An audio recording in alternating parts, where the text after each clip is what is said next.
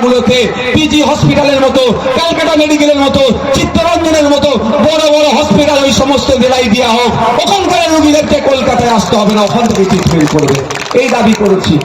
আমরা যদি আমাদের মধ্যে থেকে ভোট দিয়ে আগামী 26শে এপ্রিল যদি আপনারা খাম চিহ্নে ভোট দিয়ে পার্লামেন্টে আমাদের জনপ্রতিনিধিকে অর্থাৎ আমাদের প্রার্থীকে জনগণের জনপ্রতিনিধি করে পার্লামেন্টে পাঠান, তারা গিয়ে যখন আওয়াজ তুলবেন, আমাদের অধ্যাপক মোজাম্মেল হক সাহেব পার্লামেন্টে গিয়ে যে সরকারি আসুক না কেন তার চোখে চোখ রেখে এই বালুরঘাটবাসীর জন্য এমস টাইপ যাতে হসপিটাল পায় তার জন্য আওয়াজ তুলবে, উন্নত মানের স্বাস্থ্য কেন্দ্র যাতে হয় তার জন্য আওয়াজ তুলবে। সুকান্ত বাবুরা অনেক কথা বলে, সবকা সাথ সবকা বিশ্বাস, অনেক ডায়লগ দেয় শুনেছি। আজকে তো এখানে আবার শুনলাম আপনাদের ইটাহারে আমাদের পশ্চিমবাংলা বিধানসভার leader of opposition Suvendu Adhikari মহাশয় আসছেন, উনিও এখন ঘন ঘন দেখছি সবকা সাথ সবকা বিকাশের কথা বলছে। কিন্তু দুঃখের বিষয় আমরা দেখছি সবকা সাথ সবকা বিশ্বাস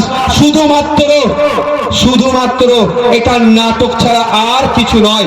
কারো বিকাশ হচ্ছে না, সাথ দিচ্ছে শুধুমাত্র আদানি আম্বানিদের মতো কর্পোরেটদের, আর তাদের বিকাশ করছে আমাদের এলাকার দলিত আদিবাসী পিছিয়ে সহ যারা আমরা আছি, আমরা ক্রমশ তলানিতে চলে যাচ্ছি।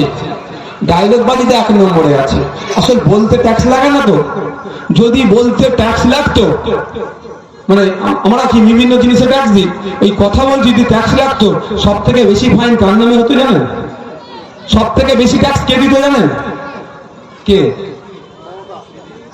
মমতা দিদি তো দাদার পরে পরেই চলছে। সর্বপ্রথম ট্যাক্স দিত, বলেছিল নোটবন্দির সময় যদি সুফল না হয় আমি চৌরাস্তায় কি করবো গলায়, যিনি বলেছিলেন তাকে বেশি ট্যাক্স দিত। যদি ধরা হতো ট্যাক্স নেওয়ার ব্যবস্থা থাকতো, তাহলে ওই ব্যক্তিটা কি বলা হতো, যিনি বলেছিলেন বিদেশ থেকে কালো টাকা ফিরিয়ে নিয়েছে, অ্যাকাউন্টে 15 লক্ষ করে টাকা দেবো, যিনি বলেছিলেন বেকারত্ব ঘুচিয়ে দেবো, যিনি বলেছিলেন বছরে 2 কোটি চাকরি দেবো, তাইনি সব থেকে বেশি ট্যাক্স দিতেন। তারপরেই কে দিত? আমার রাজ্য ফার্স্ট থাকতো।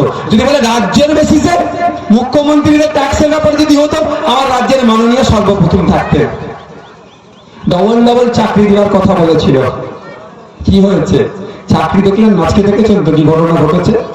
প্রায় 26,000 চাকরি বাতিল হয়েছে। এবার বলুন, এর মধ্যে তো অনেকেও তার মেধার ভিত্তিতে চাকরি পেয়েছিল। যদিও কোড বলেছে 2016 ওএমআর শিটকে সামনে রেখে সেটাকে নিয়োগ হবে, কিন্তু এই কটা দিন যাদের যোগ্যতার ভিত্তিতে যারা চাকরি পেয়েছিল তারা কতটা লাঞ্ছিত হতে হবে। সবাই কি ভাববো আমরা? সবাই টাকা দিয়ে চাকরি করছে।